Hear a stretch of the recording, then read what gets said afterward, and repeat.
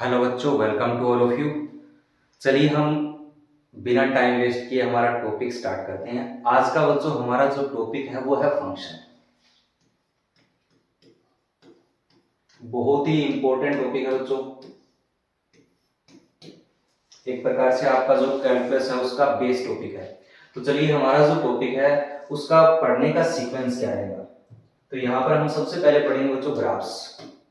बहुत से important functions हैं जिसके आपको ग्राफ है वो अच्छे से आने चाहिए। ठीक है बच्चों।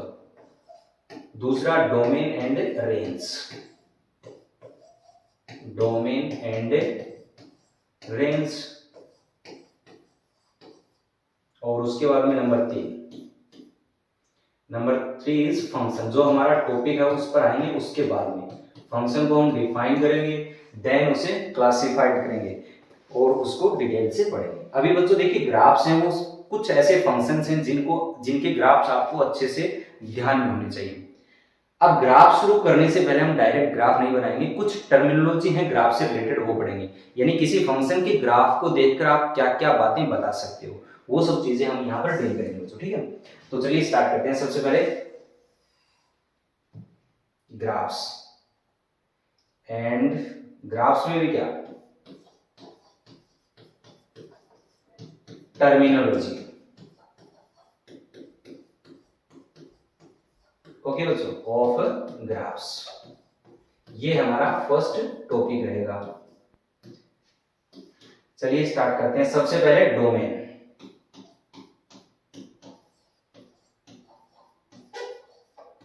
अच्छा, यहां पर कंफ्यूज मत होइए कि डोमेन तो हमें बाद में पढ़ना था। हम एक्चुअल में बाद में डोमेन एंड रेंज के क्वेश्चंस करेंगे बच्चों। यहां पर हम क्या करना है कि ग्राफ को देखकर कैसे बता सकते हैं कि इस फंक्शन का डोमेन क्या है, रेंज क्या है। ओके बच्चों, तो चलिए बेस थोड़ा सा हम डिफाइन कर लेते हैं। डोमेन क्या है? all the allowed values of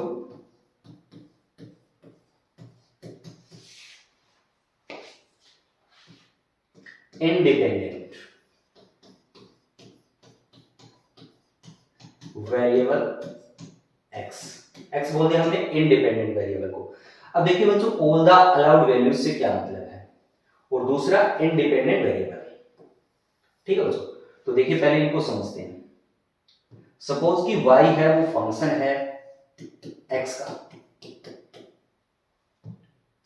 यहां पर आप ऐसे समझो कि y है वो x पर डिपेंड कर रहा है। यानी आप यहां पर x कुछ रखोगे, यानी x क्या है, कुछ भी आपने रखा, इनपुट दिया, तो ये फंक्शन है वो आपको कैलकुलेट करके कोई वैल्यू देगा, और वो क्या कहलाएगी, y की वैल्यू यानी आउटपुट। ओके बच्चों, तो यहां पर जो x है वो क्या है, इंडिपेंडेंट वेरिएबल है,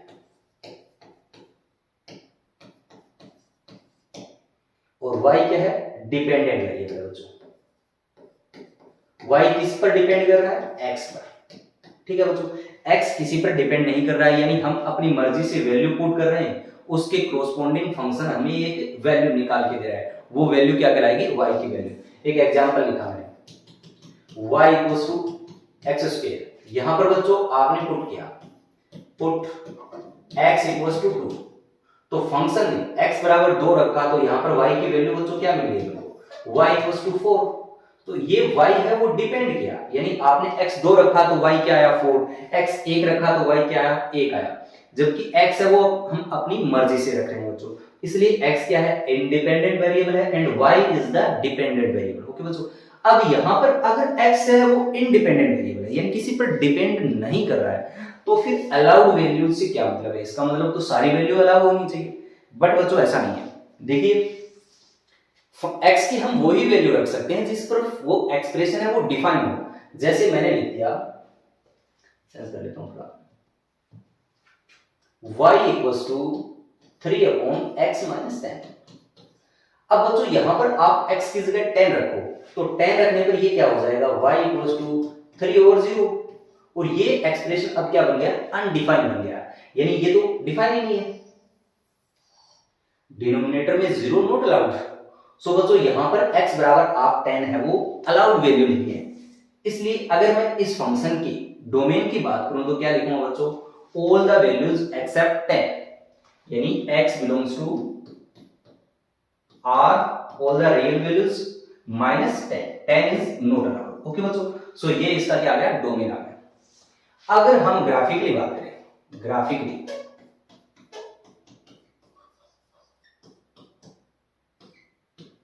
तो बच्चों portion of x axis covered by the graph of function, covered by the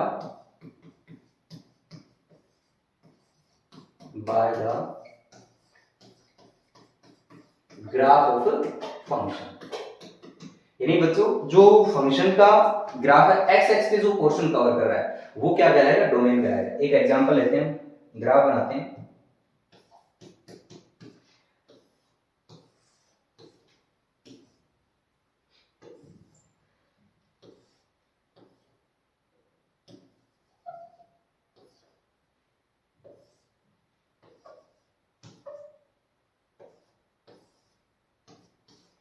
अब देखिए बच्चों, यहां पर आप ऐसे समझो कि कोई भी पॉइंट इसके डोमेन का पार्ट है या नहीं फंक्शन के, तो आप उसके कोरोस्पोंडिंग एक वर्टिकल लाइन खींच दो उस पॉइंट पे।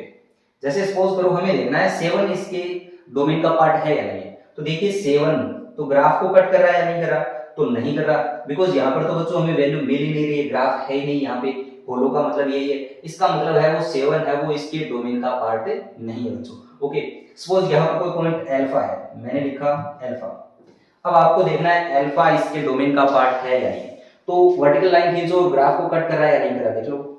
तो हमने देखा कि ये ग्राफ को कट नहीं कर रहा है, it means alpha is the not the part of the domain. Okay बच्चों, अब मैं यहां पर अगर इसका डोमेन लिखूं, डोमेन ऑफ द फंक्शन, या ऐसे बोलूं x बिलोंग्स टू, तो बच्चों क्या आएगा 1 to 7, 1 तो इंक्लूड है, 7 एक्सक्लूड, यूनियन 8 to 10। ओके बच्चों, ये डोमेन हो गया इस फंक्शन का। नेक्स्ट देखिए रेंज, नंबर 2 इज रेंज।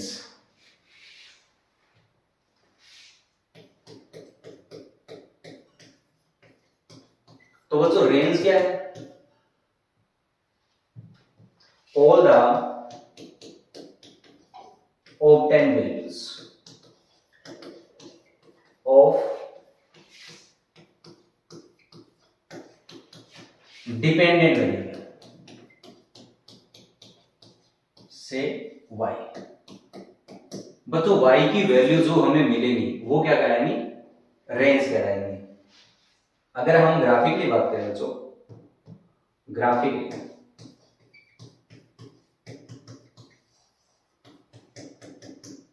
तो आप ऐसे समझ लो,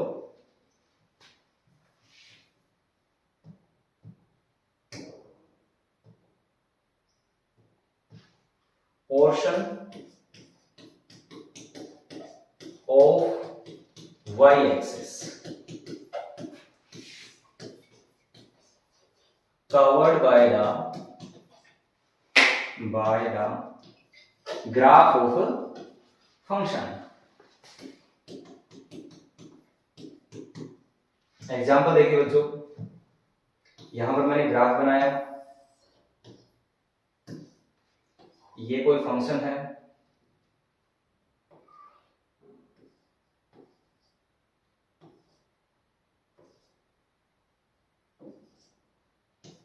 वन 4 5 8, यहां पर है 1 एंड दैट इज, चलिए थोड़ा सा इसको ठीक बना देते हैं,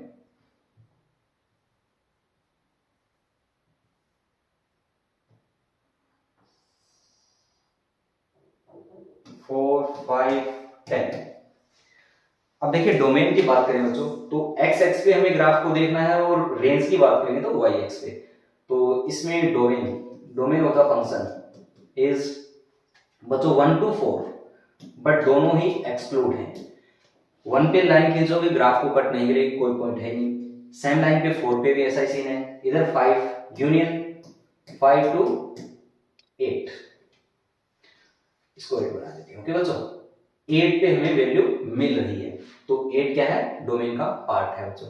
अब देखिए range of the function is again horizontal line draw करके देख लीजिएगा ग्राफ को कट कर रहा है नहीं कर रहा, तो 1 तो पार्ट नहीं है, सो 1 to 4, 4 पे भी वैल्यू नहीं मिल रही है, सो 1 to 4 union, again 5 to 10। Okay बच्चों, सो ये ग्राफिकली हम डोमेन और रेंज है वो कैसे देखते हैं वो देखा। अब नेक्स्ट पॉइंट पे बच्चों, next is roots, point number 3, roots. कोई फंक्शन है उसके रूट से क्या मतलब है, values of x for which fx is 0। Okay बच्चों, कैसे देखिए एक एग्जांपल लेते हैं, मैंने लिखा fx इज x माइनस 4, तो यहां पर बच्चों fx को 0 कर दो और जो भी वैल्यू आएगी वो क्या कहलाएगा, फंक्शन का रूट कहलाएगा। यानी fx को 0 करने का मतलब हो गया x माइनस 4 को आप 0 के बराबर कर दो, so x minus 4 is 0, it means x equals to 4। तो ये बच्चों x बराबर 4 क्या है, रूट्स है। यानी x किस जगह 4 रखोगे तो फंक्शन है वो क्या हो जाएगा, 0 हो जाएगा। यही हमने बोला है, values of x for which fx is 0। अगर मैं ग्राफिकली बात करूं, ग्राफिकली तो आप ऐसे समझिएगा, एक ग्राफ बनाते हैं पहले,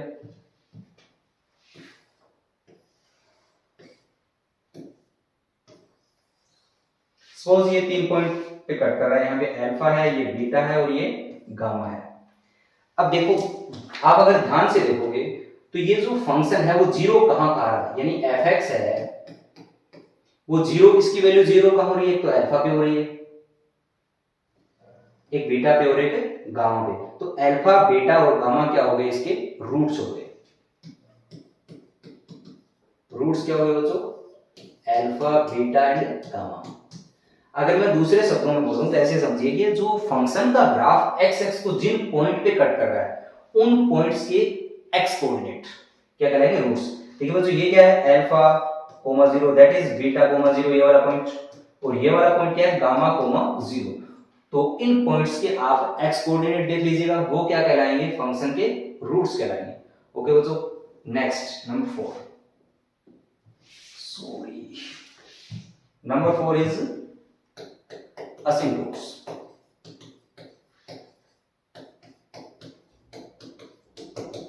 असिम्प्टोट को समझिए बच्चों, असिम्प्टोट क्या है, ऐसे समझो कि एक स्ट्रेट लाइन है और वो उसको फंक्शन का जो ग्राफ है वो अप्रोच कर रहा है टिल इंफिनिटी। ओके बच्चों, या अगर मैं क्रूडली बोलूं तो ऐसे भी बोल सकता हूं कि tangent to the curve at infinity. Okay, so asymptote is nothing but tangent to the curve at infinity। एक एग्जांपल लेते हैं, देखिए ग्राफ बनाता हूं मैं, ये आपका फंक्शन है y x एंड ये लाइन है x इक्वल्स टू 3। ओके बच्चों, और यहां पे मैंने एक ग्राफ बनाया ऐसे। तो बच्चों यहां पर देखिए ये जो आपका फंक्शन का ग्राफ है, fx का ग्राफ है, ये इस लाइन को अप्रोच कर रहा है, बट ये कभी इसको टच नहीं करेगा, यानी इसको ना कट करेगा। तो ये इसके लिए क्या काम कर रही है, असिम्प्टोट का। यहां पर मैं अगर असिम्प्टोट लिखूं तो बच्चों इस फंक्शन के लिए कौन कौन सी होगी, एक तो x बराबर 3 होगी, और दूसरा यहां पर देखिए एक्स एक्स खुद भी असिम्प्टोट का काम कर रहा है। यहां पर ये देखिए ये जो ग्राफ है इसको इंफिनिटी तक अप्रोच कर रहा है इस लाइन को। सो इस लाइन की इक्वेशन क्या होगी एक्स एक्स की, that is y equals to 0। Okay बच्चों, ये हो गया हमारा असिम्प्टोट का topic. Next is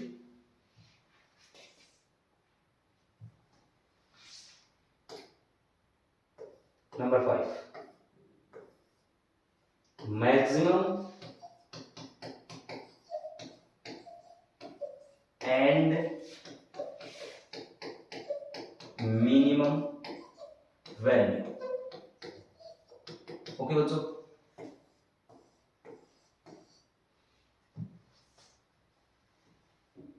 maximum value से क्या मतलब है? That greatest element if exist in the range of a function.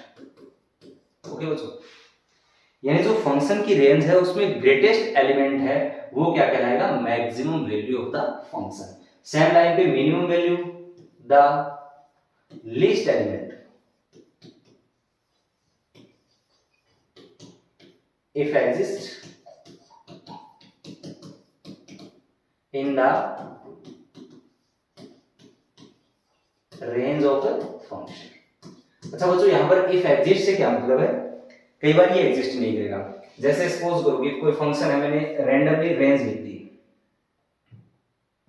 चलो ग्राफ बना लेते हैं। यहां पर ऐसे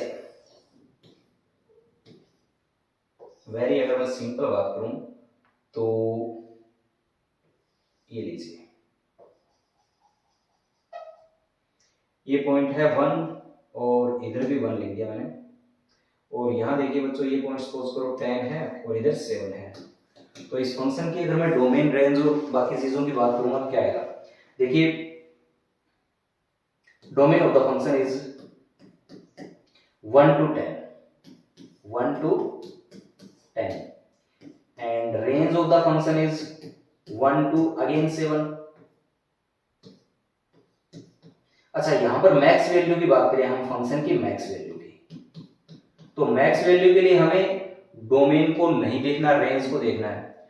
तो बच्चों यहां पर देखिए 7 है वो तो इंक्लूड है, ठीक है, 7 इसकी रेंज का पार्ट नहीं है।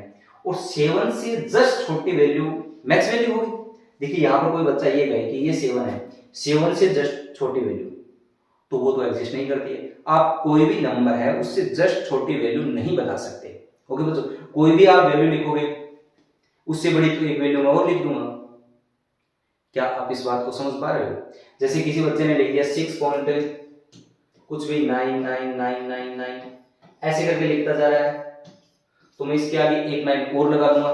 इसका मतलब इस 7 से जस्ट छोटी value does not exist. Okay बच्चों, तो इस केस में क्या बोल सकता हूं? मैक्स वैल्यू है वो does not exist, max value is does not exist. Okay बच्चों, और मिनिमम वैल्यू की बात करूं मैं, तो मिनिमम वैल्यू यहां पर एग्जिस्ट कर रही है बच्चों, वो क्या आएगी? 1। यहां पर रेंज है फंक्शन की वो 1 to 7 है, बट 7 इंक्लूड नहीं है, इसलिए यहां पर क्या हो गया? Max value does not exist बोला। अब मैं एक एग्जांपल और लेता हूं, सपोज करो यहां पर लिख देता हूं मैं, अगर रेंज फंक्शन की आपने रीड कर ली वो है 2 to 10। ओके बच्चों, तो इस केस में देखिए मैक्स वैल्यू क्या आएगी? Max value is 10 and minimum value is 2, दोनों एग्जिस्ट कर रहे हैं। अब सपोज करो बच्चों मैंने रेंज लिख दी किसी फंक्शन की, अदर फंक्शन है, उसकी रेंज क्या है?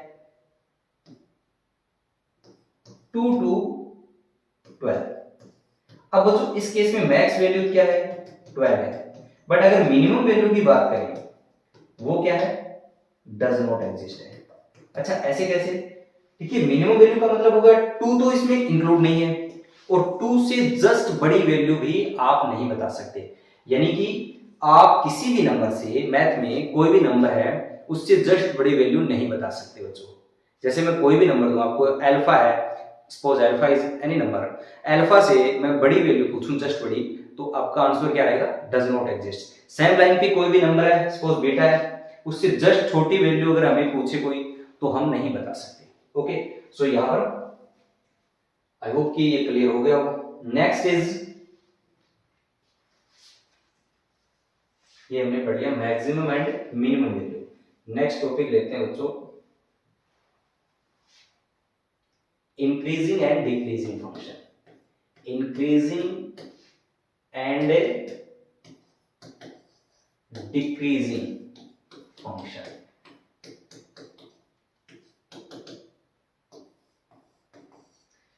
अब देखिए बच्चों, सिंपल वे में ऐसे समझो, अगर x की वैल्यू बढ़ने पर y की वैल्यू बढ़ रही है तो फंक्शन क्या कहलाएगा, इंक्रीजिंग फंक्शन। यानी इफ x इज बढ़ रहा है, समझ रहे हो, और x के बढ़ने पर y भी क्या हो रहा है, बढ़ रहा है, y भी बढ़ रहा है, then it means fx is increasing function बच्चों। ओके, यानी x के बढ़ने पर अगर y बढ़ रहा है तो फंक्शन है वो इंक्रीजिंग होगा, एंड इफ x तो आपका बढ़ रहा है एंड x बढ़ने पर y घट रहा है, then fx is decreasing function.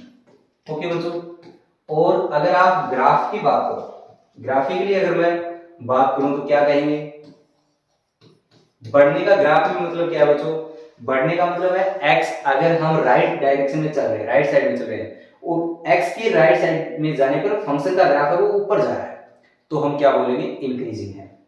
और उससे उल्टा बोल देंगे, अगर हम x में तो राइट डायरेक्शन में जा रहे हैं और फंक्शन है वो नीचे आ रहा है, इट मींस वो क्या है, डिक्रीजिंग फंक्शन है। एक एग्जांपल ले लेते हैं, यहां पर देखिए बच्चों, ये आपका y एक्सिस है, ये x एक्सिस है। ओके, सो अगर आपका फंक्शन का ग्राफ ऐसे है तो देखिए दोनों से समझ लो आप, x यहां पर कुछ वैल्यू है, यहां पर कुछ वैल्यू है, यहां पर कुछ वैल्यू है, तो आप देखिए x बढ़ रहा है, x बढ़ रहा है, या यूं समझिए कि हम राइट डायरेक्शन में जा रहे हैं तो फंक्शन का ग्राफ है वो ऊपर जा रहा है। जैसे यहां पर सपोज ये कोई पॉइंट है अल्फा और यहां बीटा है, तो यहां इस केस में आप देखिए beta is greater than alpha, beta क्या है, अल्फा से ज्यादा है, तो फंक्शन की वैल्यू देखिए यहां पर क्या है, f ऑफ बीटा है, एंड यहां पर क्या है, f ऑफ अल्फा है, कोई भी फंक्शन है दैट इज fx है, तो आप बीटा रखोगे तो बीटा पे वैल्यू आ जाएगी, एंड अल्फा रखने पे अल्फा पे वैल्यू आ जाएगी, that is f of alpha. तो बच्चों यहां पर देखिए अगर बीटा है वो अल्फा से ज्यादा है, और इस केस में हो क्या रहा है, आप ये भी देख लो, f ऑफ बीटा है वो भी ज्यादा है किससे, f ऑफ अल्फा से। ओके, तो ये फंक्शन क्या कहलाएगा, increasing, that means increasing function. और यही बात ग्राफ बोल रहा है कि आप राइट साइड में जाने पर फंक्शन का ग्राफ है वो ऊपर की ओर जा रहा है। अब मैं एक ग्राफ और बनाता हूं, तो ये इंक्रीजिंग का ग्राफ हो गया बच्चों, दैट इज इंक्रीजिंग फंक्शन, यहां पर fx क्या है, इंक्रीजिंग। ओके, अब मैं इधर एक ग्राफ और बना देता हूं, इसमें हम समझ लेंगे कि ये आपका फंक्शन है और ये ऐसे बिहेव कर रहा है। तो यहां पर देखिए fx, यहां पर कुछ वैल्यू है, यहां पर कुछ वैल्यू है। अब देखो कि आप राइट डायरेक्शन में जा रहे हैं, यानी x की वैल्यू क्या हो रही है, बढ़ रही है, और फंक्शन है वो नीचे आ रहा है, यानी y की वैल्यू है वो घट रही है। जैसे यहां पर कोई वैल्यू है, सपोज ये पॉइंट अगेन अल्फा बोल दिया मैंने, ये बीटा बोल दिया, तो यहां पर देखिए वैल्यू बच्चों दिख रही है f ऑफ अल्फा, और यहां पर f ऑफ बीटा। तो यहां पर बच्चों सीन क्या है, बीटा है वो अल्फा से ज्यादा है, बट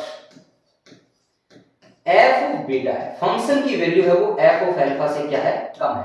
देखिए बीटा पर जो वैल्यू है वो अल्फा पर जो वैल्यू है उससे क्या है, कम है, इट मींस फंक्शन कैसा हो गया, डिक्रीजिंग फंक्शन। और सिंपल ग्राफ की लैंग्वेज में आप समझो क्या बोल दोगे, अगर हम राइट डायरेक्शन में जा रहे हैं एक्स एक्सिस पे और फंक्शन है वो नीचे की ओर आ रहा है, तो फंक्शन कैसा होगा, डिक्रीजिंग फंक्शन होगा। अच्छा बच्चों, अब ऐसा भी कोई कंपलसरी नहीं है, कोई फंक्शन है वो इंक्रीजिंग नहीं है तो डिक्रीजिंग होगा, नो, कोई भी फंक्शन है वो ऐसा भी हो सकता है ना इंक्रीजिंग है ना डिक्रीजिंग है। कई बार उसका बिहेवियर कुछ इंटरवल में इंक्रीजिंग हो गया, कुछ में डिक्रीजिंग हो गया, जैसे मैंने ऐसे कर दिया, ये कोई फंक्शन है। अब देखिए बच्चों ये पहले ऊपर जा रहा है फिर नीचे आ रहा है, तो नेदर इंक्रीजिंग नॉर डिक्रीजिंग, ऐसा भी केस हो सकता है। Okay, so increasing and decreasing function, I hope कि समझ आ गया होगा अच्छे से। नेक्स्ट इज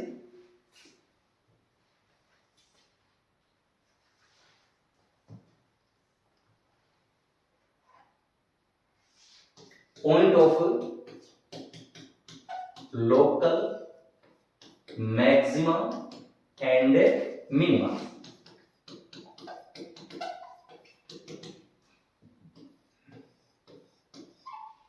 ठीक है बच्चों, अब देखिए एक हमने पहले पढ़ा था maximum value and minimum value, उस केस में बच्चों हमें y की वैल्यू की बात कर रहे थे, और यहां पर है point of local maxima and minima.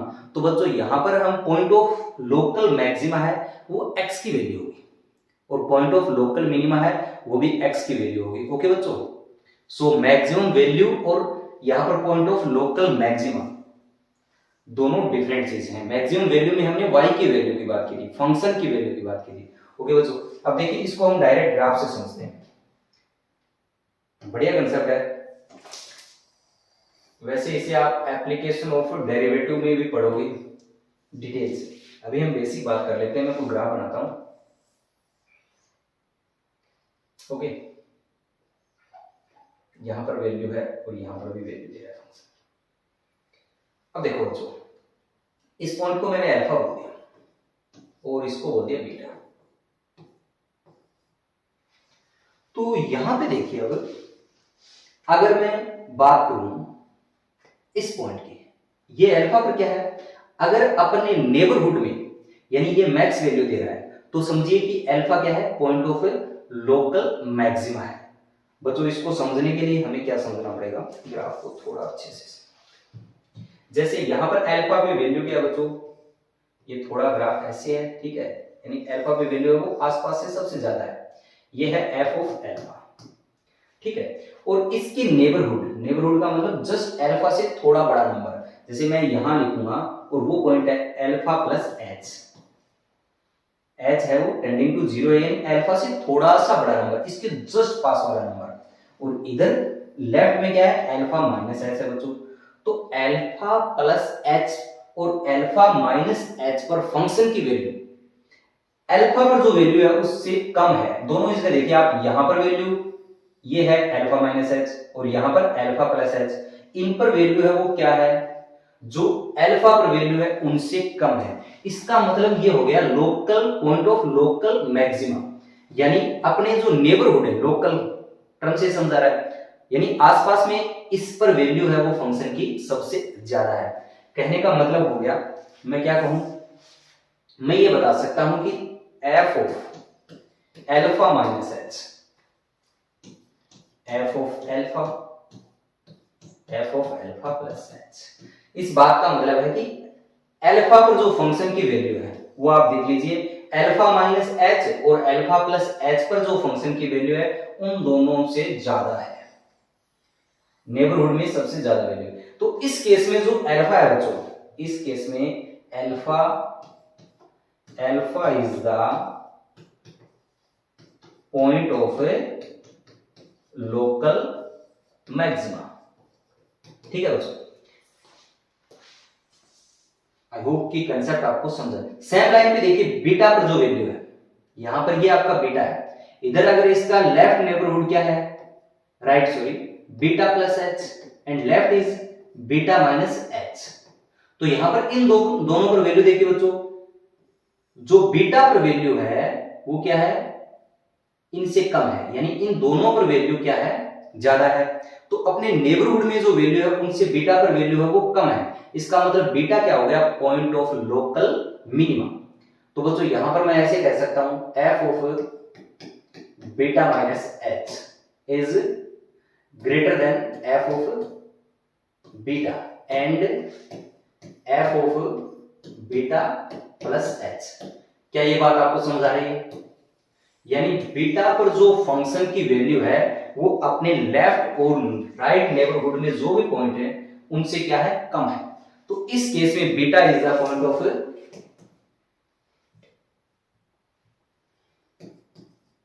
Beta is the point of local minimum, ठीक है बच्चों। यहां पर अगर इस क्वेश्चन में मैं बात करूं पॉइंट ऑफ लोकल मैक्सिमा, तो बच्चों लोकल मैक्सिमा के कौन से हैं, एक तो ये अल्फा दिख रहा है, उसके अलावा देखिए ये वाला पॉइंट, यहां इस पॉइंट को मैं अगर बोल दूं बीटा, इसको सपोज गामा बोल दिया और इसको डेल्टा बोल दिया, ओके बच्चों। तो यहां पर देखिए इसके राइट नेबरहुड में तो वैल्यू एग्जिस्ट नहीं कर रही है, ओके बच्चों, इधर तो डज नॉट एग्जिस्ट, बट यहां पर ये लेफ्ट वाले से क्या है, बड़ा है, इसका मतलब ये भी क्या कहेगा, पॉइंट ऑफ लोकल मैक्सिमा। ठीक है बच्चों, सो यहाँ पर मैक्सिमा के पॉइंट कौन कौन से हैं, alpha and gamma, and point of local minima, minima के पॉइंट कौन कौन से हैं बच्चों, वो देख लीजिए। बीटा तो होगा, अपनी नेबरहुड में सबसे छोटी वैल्यू बीटा पर मिल रही है, उसके अलावा डेल्टा भी होगा। डेल्टा में देखिए यहाँ पर बच्चों वैल्यू है नेबरहुड में कम मिल रही है। अच्छा, कोई बच्चा कहे ऐसे तो बहुत से पॉइंट होंगे, ऐसा और कोई पॉइंट नहीं होगा बच्चों। देखिए यहां पर कोई ऐसे तुम रैंडम पॉइंट पिक करो, जैसे ये वाला पॉइंट है, तो इसमें दोनों तरफ बिहेवियर सेम नहीं है फंक्शन का। यहां पर जैसे ये पॉइंट डेल्टा 1 बोल दिया मैंने, तो बच्चों देखिए डेल्टा 1 पर जो वैल्यू है, तो इधर जो इसका राइट नेबरहुड है वो तो वैल्यू ज्यादा रखता है, और लेफ्ट वाला है वो कम रखता है। क्या ये बात नजर आ रही है? यानी कि ये अपने नेबरहुड में ऐसे नहीं है कि ना ही तो एक जैसा बिहेवियर नहीं है कि दोनों से ज्यादा हो या दोनों से कम हो। जैसे दोनों से ज्यादा है यहाँ पे, तो हम तो पॉइंट ऑफ लोकल मैक्सिमा बोल देते, बट यहाँ पर एक साइड ज्यादा है एक साइड कम है, इसलिए ऐसा मतलब पॉइंट ऑफ लोकल मैक्सिमा या मिनिमा का पॉइंट है, और कोई आपको नहीं मिलेगा। एंड पॉइंट मिल जाएगी। ठीक है बच्चों, तो आई होप कि ये समझा है। ये हमें सारी टर्मिनोलॉजी कर रही है, यानी किसी फंक्शन का जो ग्राफ है उसको देखकर हम एक तो हम क्या करेंगे, जो भी फंक्शंस होंगे उनके ग्राफ बनाएंगे, और फिर ये सारी बातें लिखेंगे, इसका डोमेन क्या है, इसकी रेंज क्या है, इसका मैक्सिमम वैल्यू क्या है, मिनिमम वैल्यू क्या है, पॉइंट ऑफ लोकल मिनिमा क्या है, मैक्सिमा क्या है, ओके बच्चों, रूट्स क्या है, ये सब हम, और वो बेसिक्स ग्राफ होंगे जो आपको ध्यान रखने अच्छे से, उनकी हेल्प से हम काफी क्वेश्चंस है वो इजीली सोल्व कर सकते हैं बच्चों। तो चलिए हम कल है वो ग्राफ स्टार्ट करेंगे, ओके बच्चों। तो अगर आप चैनल पे पहली बार आए हो तो सब्सक्राइब जरूर कर देना है, ठीक है। Thanks for watching.